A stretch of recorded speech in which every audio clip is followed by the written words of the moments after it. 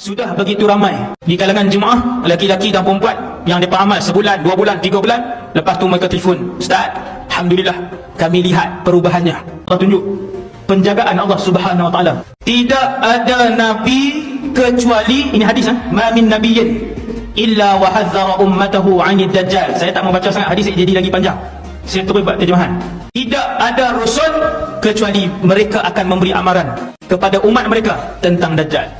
Bahaya sangat ke? Ya. Apabila dajjal ini muncul dan mengelilingi setiap bumi, setiap inci muka bumi ini, maka gerak kerja yang akan dilakukan oleh dajjal pertama dan terakhir ialah mensyirikkan umat Nabi Muhammad sallallahu alaihi wasallam. Tuan faham tak? Itu sebab kenapa kesemua nabi termasuk Rasulullah sallallahu alaihi wasallam dalam berpuluh-puluh hadis, sehingga cerita tentang dajjal ini menjadi mutawatir maknawi kerana banyaknya hadis nabi yang bercakap tentang bahaya dajjal ini.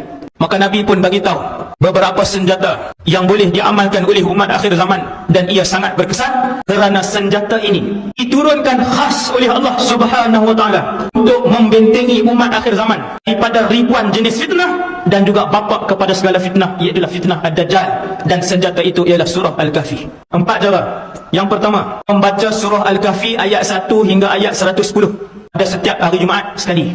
Yang kedua, baca Kahfi setiap hari ayat 1 hingga ayat 10. Yang ketiga, baca Kahfi setiap hari ayat 101 hingga ayat 110. Cara yang keempat yang diajarkan oleh Rasulullah, keempat-empatnya hadis sahih.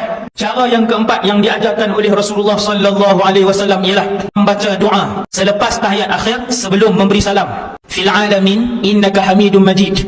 Ramai orang tak tahu. Allahu Rabbi, rugi besar.